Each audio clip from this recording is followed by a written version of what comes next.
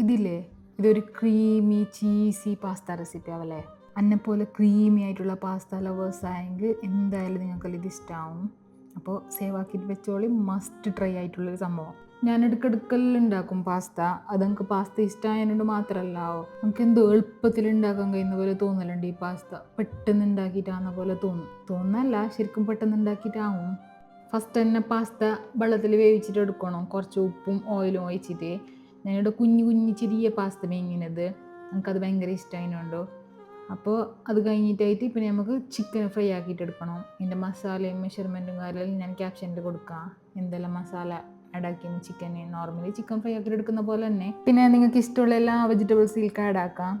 ഞാനിവിടെ ഓണിയനും സ്വീറ്റ് കോണും മാത്രം യൂസ് ആക്കിയത്. കുക്കിംഗ് ക്രീമും ചീസും ഇത് മസ്റ്റ് ചെയ്യിലേക്ക്, അല്ലെങ്കിൽ ക്രീമിയും പിന്നെ ചീസിയും ആയിട്ടുള്ള പാസ്ത കിട്ടും അത്ര. അപ്പോൾ എല്ലാവരും മസ്റ്റായിട്ട് ട്രൈ ആക്കണം.